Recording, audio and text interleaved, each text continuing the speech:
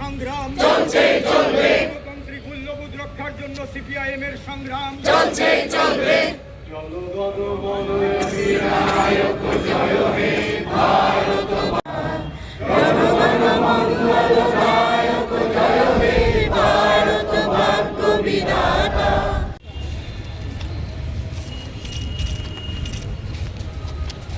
রাজ্য কমিটি এবং রাজ্য সম্পাদক মণ্ডলীর সদস্য যারা রয়েছেন,